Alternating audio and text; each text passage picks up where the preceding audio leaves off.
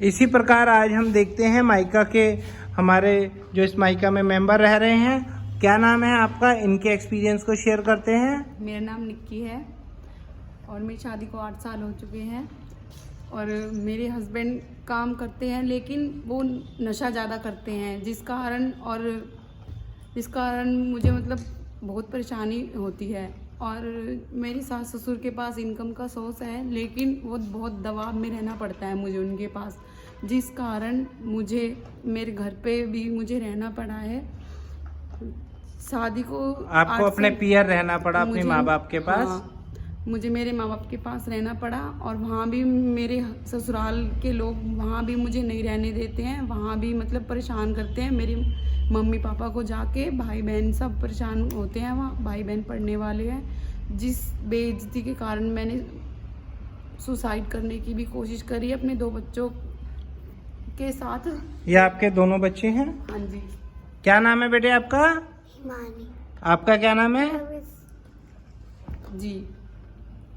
तो आपके अपने पियर में रहने के लिए आपको क्यों नहीं व्यवस्था हो पा रही, पियर में क्यों नहीं रह पा रहे आप, आपके माँ बाप हैं तो? जी वहाँ पे मतलब मुझे परेशान करते हैं मेरे ससुराल वाले। क्या ऐसा कहते हैं जो दिक्कत होती है? ऐसे कहती हैं कि मतलब तेरे पापा को नुकसान पहुँचाएंगे, तेरे भाई बहन को मतलब नुकसान पहुँचाएंगे। तो इस तरह से वो धमकी आपको देते हैं? धमकियाँ मिलती हैं मुझे, इस डर के कारण मुझे वहाँ जाना पड़ता था मेरे को, मेरे ससुराल पहले भी।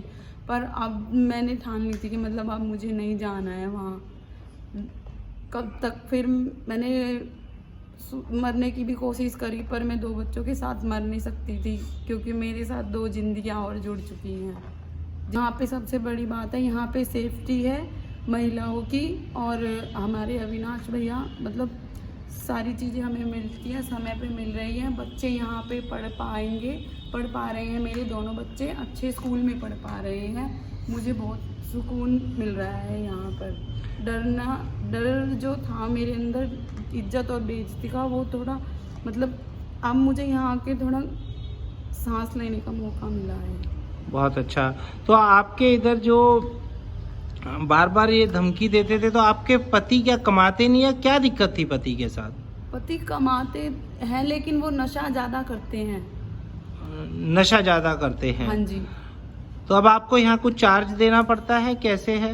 जी नहीं, हाँ मुझे अभी कोई चार्ज नहीं देना पड़ता है, यहाँ रहना खाना सब फ्री है, सब हमारे अविनाश भैया कर रहे हैं। यहाँ पे मायके के अंदर बहुत सी महिलाएं हैं, सबकी अपनी अलग अलग स्टोरी है।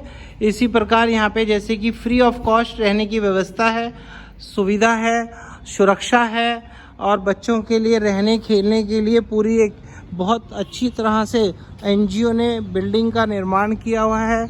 पार्क के साथ पूरी बिल्डिंग में 300 जरूरतमंद लोग रह सकते हैं, इस तरह की एक पूरी व्यवस्था है।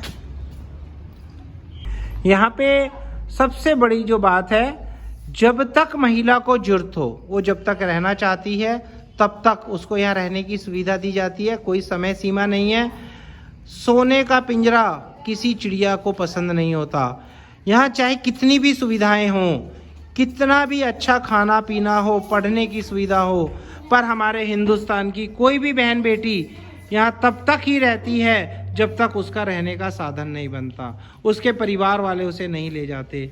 ये हमारा एक्सपीरियंस रहा है। जैसे ही उसको उसके घर वालों ने अपनाया है, वह तुरंत स्वीट होम से, मायके से जाके अपनी ससुराल में अपने घर में बसी है।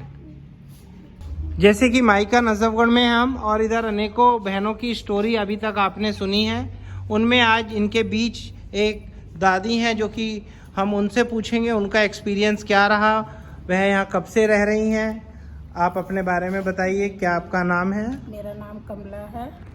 मैं यहाँ कम से कम 20 साल से नजफगढ़ मायके में रह रही हूँ। 20 साल पहले मेरे हस्बैंड की डेथ हो गई थी ब्लड शुगर की वजह से, तो मुझे किसी ने बताया था तो मैं यहाँ आई थी। मैं 20 साल से यहीं पे रह रही हूँ और यहाँ पे मैं कम से कम 20 साल से सेवा कर रही हूँ। और यहाँ बहुत बेटियाँ ऐसी जो अपनी ससुराल से बहुत दुखी हैं, छोटे छोटे बच्चों के साथ आती हैं, तो देखा यहाँ पे बहुत इनको सुविधाएं हर चीज़ की दी जाती है, कपड़ा लत्ता, बच्चों की पढ़ाई लिखाई, हर चीज़ की यहाँ खुशी दी जाती है। और कई बेटियाँ अपने घर सेटल भी हो गई हैं। और मैं यहाँ सेवा करती हूँ, मैं यहीं रहती हूँ। तो आज हम देख रहे हैं 5 बेटियां और कहा जाता है कि 400-500 बेटियां मतलब जो भी आती हैं अपने घर में सेटल होती हैं, तो क्या आप कहेंगे इस बारे में? तकरीबन सेटल ही हो जाते हैं यहाँ पे आकर, मतलब उनको पहले रखा जाता है, फिर उनके ससुरालिए आते हैं यहाँ पे। तो हमारे अविनाश जी हैं, उनको काफ़ी समझाते बुझाते हैं, तो वो उनको ले जाते हैं और जो आज अपने घर में सुखी हैं। तो किस तरह से मतलब उनको लगता है कि यहाँ जब बेटी से फासला होता है तो उनको अपने आप बहुत कुछ समझ आ जाता है, ससुराल वाले बेटी की इज्जत करते हैं? हाँ जी, फिर वो उनकी इज्जत करते हैं, उनको ठीक से रखते हैं और वो यहाँ से फिर अपने घर सेटल हो जाती हैं। इस प्रकार ये दादी कमला हैं जो कि सारी महिलाएं जो भी मायके में पहली बार आती हैं तो इन्हीं के साथ रखा जाता है, काउंसलिंग स्टार्ट होती है। और काउंसलिंग तो सबसे बड़ी यही है कि जो जब महिला घर से निकलती है तब उसकी उन घर में वैल्यू अपने आप पता लगती है। जैसे हम ऑक्सीजन ले रहे हैं और हमें ऑक्सीजन की तब तक वैल्यू नहीं पता जब तक ये मिल रहा है, जब इसकी कमी होती है तब हमें इसकी वैल्यू पता लगती है। इसी प्रकार एक बहन महिला जो शादीशुदा होती है उसकी कई बार ससुराल वाले कदर नहीं करते, वह जब घर से छोड़ के बाहर निकलती है तब उसकी वैल्यू उनको पता लगती है और फिर वह अपने आप हर चीज़ को करेक्ट करते हैं। काउंसलिंग होती है दोनों पक्ष की, लड़की में भी अगर कुछ सुधार की गुंजाइश होती है वो भी की जाती है और परिवार में ससुराल में तो उनका इस प्रकार सेटअप होता है कि लड़की को ये सुविधा मिल जाती है कि कभी मेरे साथ दिक्कत हुई तो मैं यहाँ वापस आ सकती हूँ। और आज तक अक्सर यहाँ पे जो एक्सपीरियंस है यही किया गया है कि जो भी लड़की यहाँ पे आने के बाद बेटी अपने घर गई है, बच्चों के साथ रीसेट हुई है, उनको दोबारा यहाँ आना नहीं पड़ा है और प्रॉपर तरीके से वह वहीं हुए हैं। ये इस वीडियो को बनाने का एक ही मकसद है कि सोशल मीडिया के माध्यम से उस हर बहन तक जो ये जुर्त महसूस करती है कि मुझे मायका से सपोर्ट नहीं मिल पा रही है और आज मुझे सुसाइड ही करना है, क्योंकि यहाँ पे सुसाइडर सेवा ही जगह है। यहाँ सुसाइड सेविंग बहुत ज़बरदस्त कार्य से की जा रही है। उनको रहने की सुविधा, खाने पीने की हर मुफ्त सुविधा दी जाती है।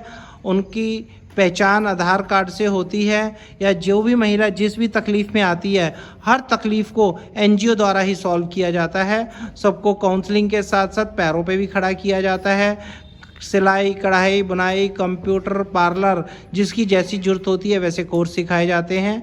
ये वीडियो आप ज़्यादा से ज़्यादा लोगों तक पहुंचाएं जिससे ये जो एनजीओ का कार्य है मायका के नाम से, इस कार्य को हम हिंदुस्तान की हर उस ज़रूरतमंद बहन महिला तक पहुंचाएं जिसको इसकी ज़रूरत है। नमस्कार, जय हिंद, जय भारत।